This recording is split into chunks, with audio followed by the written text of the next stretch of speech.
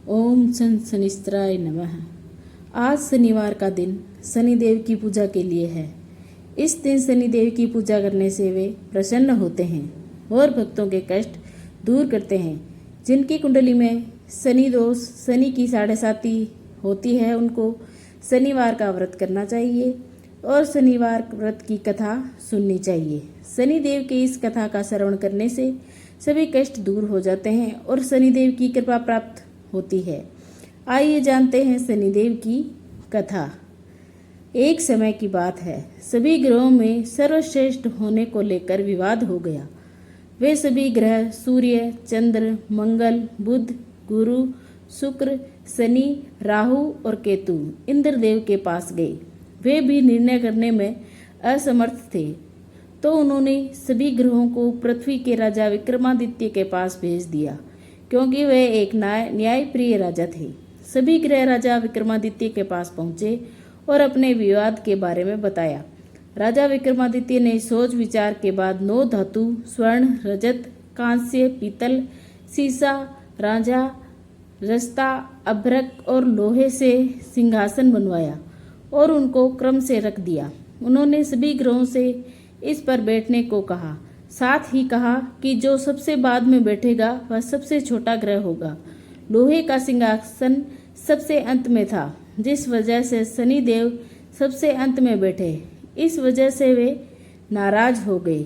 उन्होंने राजा विक्रमादित्य से कहा कि तुमने जानबूझकर ऐसा किया है। तुम जानते नहीं हो, जब शनि की दशा आती है वह 2.5 से 7 साल तक होती है। शनि की दशा आने से बड़े से बड़े व्यक्ति का विनाश हो जाता है। शनि की 7.5 आई तो राम को वनवास हुआ और रावण पर शनि की महादशा आई तो उसका सर्वनाश हो गया। अब तुम सावधान हो जा।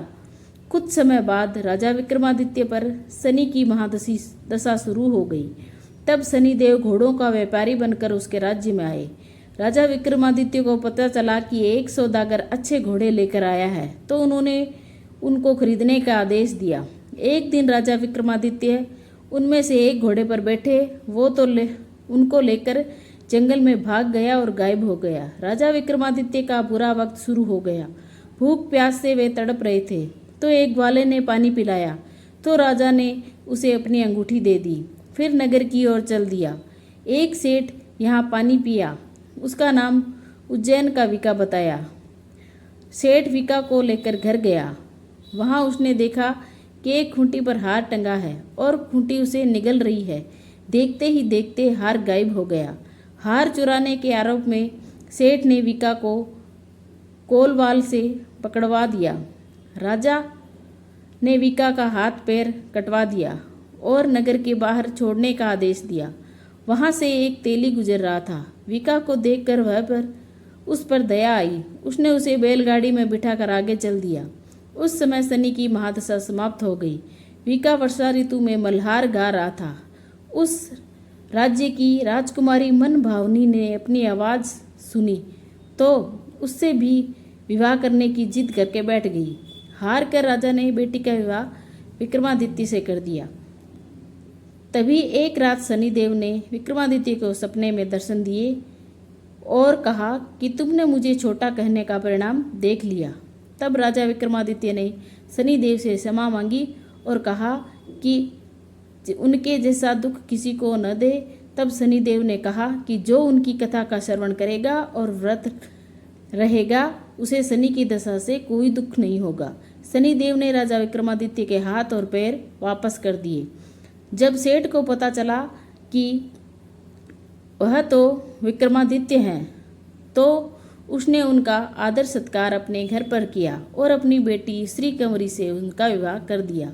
इसके बाद राजा विक्रमादित्य अपनी दोनों पत्नियों को लेकर राज्य लौट आए, जहाँ पर उनका स्वागत किया। राजा विक्रमादित्य ने कहा कि उन्होंने शनिदेव को छोटा बताया था, इसलिए वे तो सर्वश्रेष्ठ हैं। तब से राजा विक्रमादित्य के राज्य में शनिदेव की पूजा और कथा रोज होने लगी। बोलिए शनिदेव भगवान की जय।